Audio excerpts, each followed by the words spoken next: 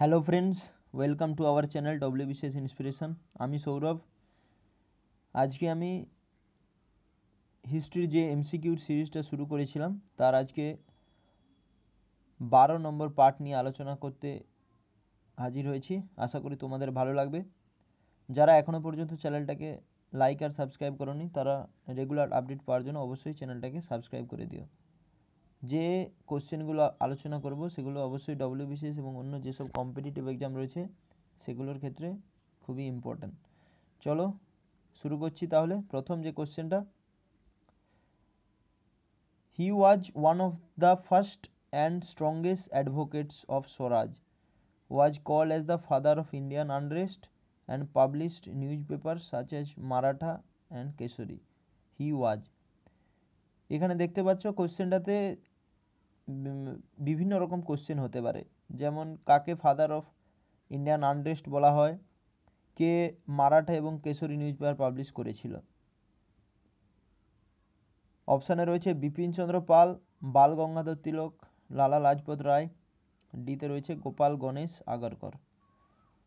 অবশ্যই অ্যান্সার হয়ে যাবে বি, বাল গঙ্গাধর তিলক। ঠিক আছে, চলো দেখে নেওয়া যাক solution. Valentine Chirol Bal Gangadhar তিলককে ফাদার অফ ইন্ডিয়ান আনরেস্ট বলেছিলেন, এটাও মনে রাখার বিষয়। ভ্যালেন্টাইন চিরল বাল গঙ্গাধর তিলককে ফাদার অফ ইন্ডিয়ান আনরেস্ট বলেছিলেন, যে প্রথমবার স্বরাজ্যের ডিমান্ড করেছিল এবং তাকে মানে বাল গঙ্গাধর তিলকের আর একটা উপাধি রয়েছে যেটা হচ্ছে লোকমান্য, অর্থাৎ সাধারণ মানুষ তাকে খুব মেনে চলতো, তাই তাকে এই উপাধিটা দেওয়া হয়েছিল লোকমান্য। তিনি মারাঠা এবং কেশরী পত্রিকা প্রকাশ করেছিলেন। তাহলে অপশান বি হচ্ছে কারেক্ট স্টেটমেন্ট, বাল গঙ্গাধর তিলক। এরপর চলে যাচ্ছি 2 নম্বর কোশ্চেনে। আর্য সমাজ নিয়ে 3টে স্টেটমেন্ট দেওয়া রয়েছে, সেগুলো মধ্যে কোনগুলো কারেক্ট স্টেটমেন্ট সেটা চুজ করতে হবে। Arya Samaj was a Hindu reform movement that was founded by Dayanand Saraswati. Dayanand Saraswati কি আর্য সমাজের মুভমেন্টটা শুরু করেছিল? It does not believe in the authority of Veda, এটা কি বেদের অথরিটিটাকে মেনে চলতো না বা বিশ্বাস করতো না। থার্ড যে স্টেটমেন্টটা, দ্য সেন্ট্রাল অবজেক্টিভ অফ আর্য সমাজ is two eradicate ignorance poverty and injustice from this আর্থ। এদের মধ্যে কারেক্ট স্টেটমেন্ট কোনটা? অবশ্যই প্রথম যে স্টেটমেন্টটা, আর্য সমাজ হিন্দু রিফর্ম মুভমেন্ট ছিল যেটা দয়ানন্দ সরস্বতী 1875 সালে শুরু করেছিল। সেকেন্ড যে স্টেটমেন্টটা, এটা ভুল রয়েছে, এটা বেদেরকেই মেনে চলতো। ঠিক আছে, বেদকেই সুপ্রিম পাওয়ার হিসেবে এরা মেনে চলতো, তাহলে সেকেন্ড স্টেটমেন্টটা ভুল। এবং থার্ড যে স্টেটমেন্টটা, এটা অবশ্যই দারিদ্র দূরীকরণ এবং ইনজাস্টিস যেগুলো হতো, সোশ্যাল ইনজাস্টিস, সেগুলোর বিরুদ্ধে লড়াই করেছিল বা সেগুলো তার অবজেক্টিভ ছিল। তাহলে অপশান সি হচ্ছে কারেক্ট স্টেটমেন্ট 1 and 3। চলো দেখে নেওয়া যাক সলিউশন। অপশান সি হচ্ছে কারেক্ট স্টেটমেন্ট। আর্য সমাজ একটা হিন্দু রিফর্ম মুভমেন্ট ছিল যেটা দয়ানন্দ সরস্বতী ফাউন্ড করেছিল 1875 সালে, এটাও কিন্তু এক্সামে আছে, এবং বোম্বাইতে প্রতিষ্ঠা করেছিল।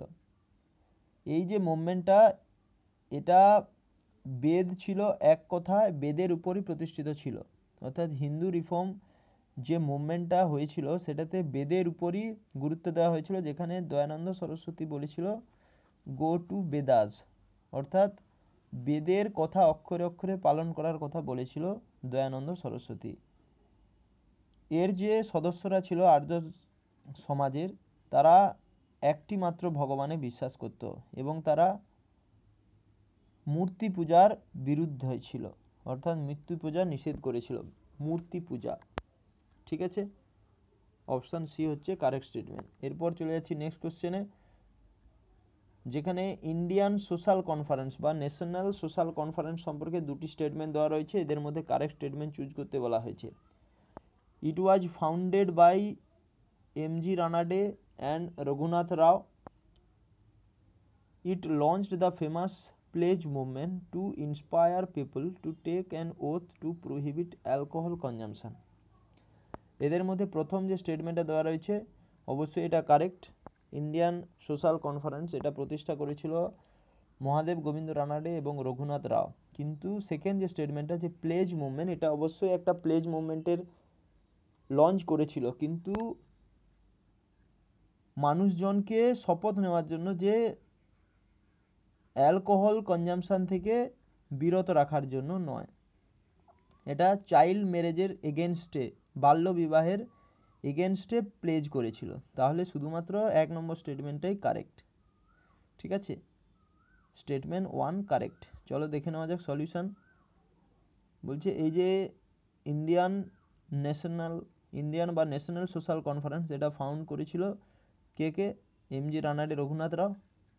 এটা যে ইন্ডিয়ান ন্যাশনাল কংগ্রেসের একটা সোশ্যাল রিফর্ম সেল বলা যেতে পারে, অর্থাৎ ইন্ডিয়ান ন্যাশনাল মুভমেন্টের একটা সামাজিক কোষাগার বলা যেতে পারে, যেখানে সমাজের বিভিন্ন দুরাচার দূরীকরণের এটা একটা সেল বলা যেতে পারে। ঠিক আছে, এর প্রথম এটা ফার্স্ট সেশন অনুষ্ঠিত হয়েছিল 1887 সালে মাদ্রাসে। ঠিক আছে, এবং এর মাধ্যমে ফেমাস প্লেজ মুভমেন্ট লঞ্চ হয়েছিল, যেটা শপথ নেওয়া হয়েছিল যে বাল্য বিবাহের বিরুদ্ধে শপথ নেওয়া হয়েছিল। অর্থাৎ 1887 সালে এর প্রথম যে অধিবেশনটা বসেছিল, তাতে যে প্লেজটা নেওয়া হয়েছিল সেখানে বাল্য বিবাহের বিরুদ্ধে শপথ নেওয়া হয়েছিল। তাহলে অপশান এ হচ্ছে কারেক্ট স্টেটমেন্ট। এরপর চলে যাচ্ছি 4 নম্বর কোশ্চেনে। Which among the following sites provide the earliest evidence of settle agriculture in the Indian subcontinent? Dholavira, Inamgaon, Kalibangan, আর ডিতে রয়েছে মেহেরগড়। যে ইন্দাস ভ্যালি সিভিলাইজেশনে সময় ইন্ডিয়ান সাবকন্টিনেন্টে প্রথম সেটেল এগ্রিকালচারের এভিডেন্স কোথায় পাওয়া গেছে? অপশান হচ্ছে ডি, মেহেরগড়ে পাওয়া গিয়েছিল। ঠিক আছে, মেহেরগড় এটা বালুচিস্তানের কাছে অবস্থিত, যেটাতে সর্বপ্রথম কৃষিকাজের স্থায়ীভাবে কৃষিকাজের পরিচয় পাওয়া গেছে, যেটা ইন্ডিয়ান সাবকন্টিনেন্ট এবং প্রবাবলি সাউথ এশিয়ার মধ্যে প্রথম ছিল। ঠিক আছে, এটাকে প্রিকারসার টু ইন্ডিয়ান সিভিলাইজেশন হিসেবেও চিহ্নিত করা হয়েছিল মেহেরগড়কে। ঠিক আছে, অপশান ডি হচ্ছে কারেক্ট স্টেটমেন্ট, মেহেরগড়। এরপর চলে যাচ্ছি নেক্সট কোশ্চেনে, 5 নম্বর। Who among the following translated Patanjali the work on Sanskrit grammar into Arabic? এদের মধ্যে কে পতঞ্জলিকে, যেটা একটা সংস্কৃত গ্রামার ছিল, যেটাকে আরবিকে ট্রান্সলেট করেছিল? এতে রয়েছে অল বেরুনি, বিতে আমির খসরু, সিতে ইবন বতুতা, আর ডিতে রয়েছে আল আদরিসি। এদের মধ্যে কারেক্ট স্টেটমেন্ট হচ্ছে A, Al Biruni. Al Biruni পতঞ্জলিকে অ্যারাবিকে ট্রান্সফার করেছিল বা ট্রান্সলেট করেছিল। চলো দেখে নেওয়া যাক। অ্যান্সার হচ্ছে অল বেরুনি, যিনি ব্রাহ্মণ প্রিস্ট এবং স্কলারদের সঙ্গে অনেক টাইম কাটিয়েছিল এবং তিনি সংস্কৃত ভাষায় পারদর্শিতা অর্জন করেছিল, ধর্মীয় এবং ফিলোজফিক্যাল টেক্সট সম্পর্কেও জ্ঞান অর্জন করেছিল। তার এই জ্ঞানের মাধ্যমে তিনি সংস্কৃতের বিভিন্ন ধর্মগ্রন্থকে অ্যারাবিকে ট্রান্সফার করেছিল, তার মধ্যে একটা ছিল পতঞ্জলি। এরপরে তিনি ব্রাহ্মণদের অনুকূলের জন্য ইউক্লিডকে, যেটা একটা গ্রিক ম্যাথমেটিশিয়ানের একটা গ্রন্থ ছিল, সেটাকেও তিনি সংস্কৃতে ট্রান্সফার করেছিলেন। ঠিক আছে, তাহলে তিনি যেমন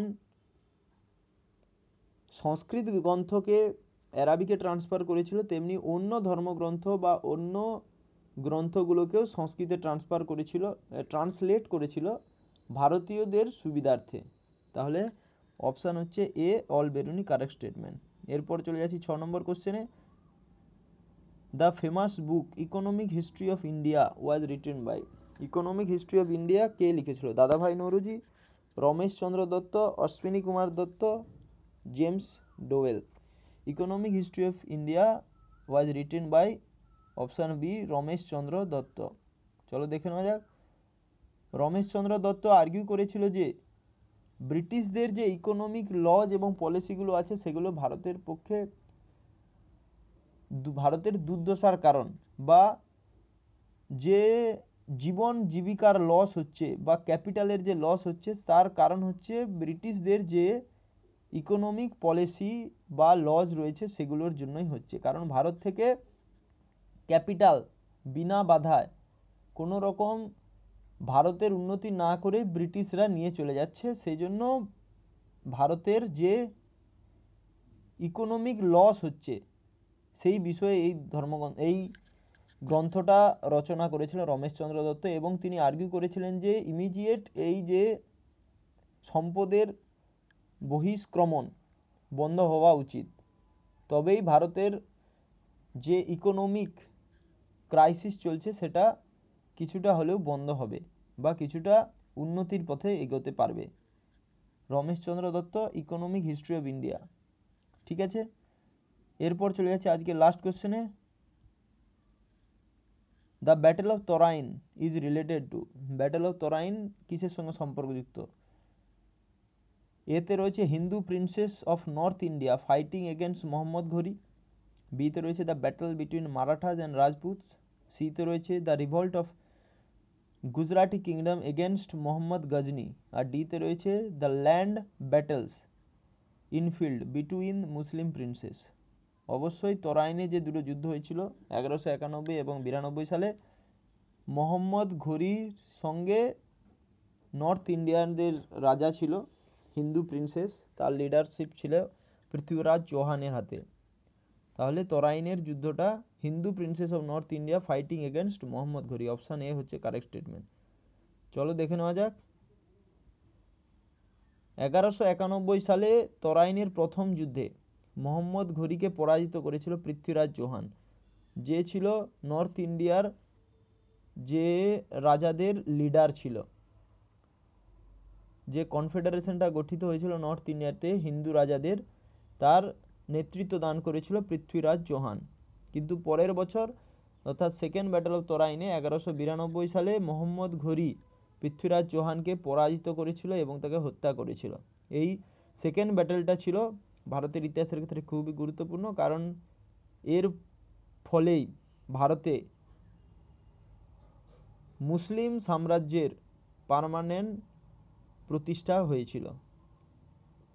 ঠিক আছে, এবং মোহাম্মদ ঘুরির মাধ্যমে ভারতে মুসলিম সাম্রাজ্যের প্রতিষ্ঠা শুরু হয়েছিল। পরবর্তীকালে দাস বংশ প্রতিষ্ঠা হয়েছিল কুতুবুদ্দিন আইবকের মাধ্যমে। ঠিক আছে, এই ছিল আজকের ক্লাস। আশা করি তোমাদের ভালো লাগলো। আবারও বলছি, চ্যানেলটাকে ভালো লাগলে লাইক আর সাবস্ক্রাইব করে দিও। Thank you.